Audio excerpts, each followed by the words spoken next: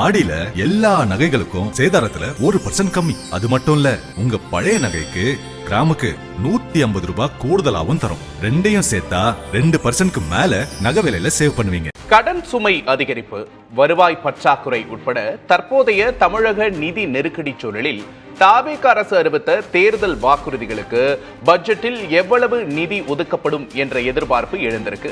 தாவேக அறிவித்த முக்கிய வாக்குறுதிகள், அவற்றுக்கு ஆகும் செலவு என்ன என்பதை பார்க்கலாம். தாவேக அறிவித்த தேர்தல் வாக்குறுதிகளை நிறைவேற்ற ஆண்டுக்கு தோராயமாக 1,00,000 கோடி ரூபாய் தேவைப்படும் என்று மதிப்பிடப்படுகிறது.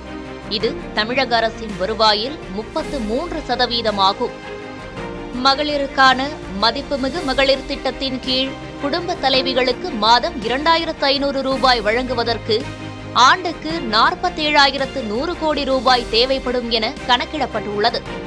விவசாயிகள் வருமான ஆதரவு திட்டத்தின் கீழ் ஆண்டுக்கு 15,000 ரூபாய் நிதியுதவி வழங்க 11,910 கோடி ரூபாயும், ஆண்டுக்கு 6 இலவச சமையல் எரிவாயு சிலிண்டர்கள் வழங்கும் அன்னபூரணி திட்டத்துக்கு 9,990 கோடி ரூபாயும், சிறு மற்றும் குறு விவசாயிகளின் கூட்டுறவு கடன்களை தள்ளுபடி செய்ய 6,000 கோடி ரூபாயும் தேவைப்படுகிறது.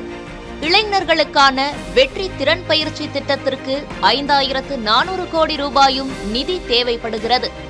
வேலை தேடும் இளைஞர்களுக்கான வேலையின்மை உதவித்தொகை திட்டத்துக்கு 4,800 கோடி ரூபாயும், 200 யூனிட் இலவச மின்சார திட்டத்தால் அரசுக்கு ஏற்படும் கூடுதல் மானிய சுமையாக 2,000 கோடி ரூபாயும் கணக்கிடப்பட்டுள்ளது.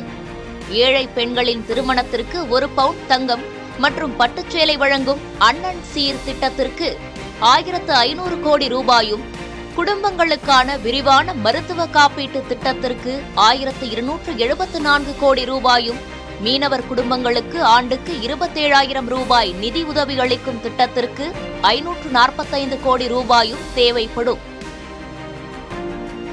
ஆடி 18 வாங்கும் தங்கம் மகாலட்சுமியின் அருளை வீட்டிற்கு வரவேற்கும் மங்களத்தின் அடையாளம். இந்நாளை லலிதா ஜுவல்லரியின் பொன்னான ஆடி ஆஃபரோடு கொண்டாடுங்கள்.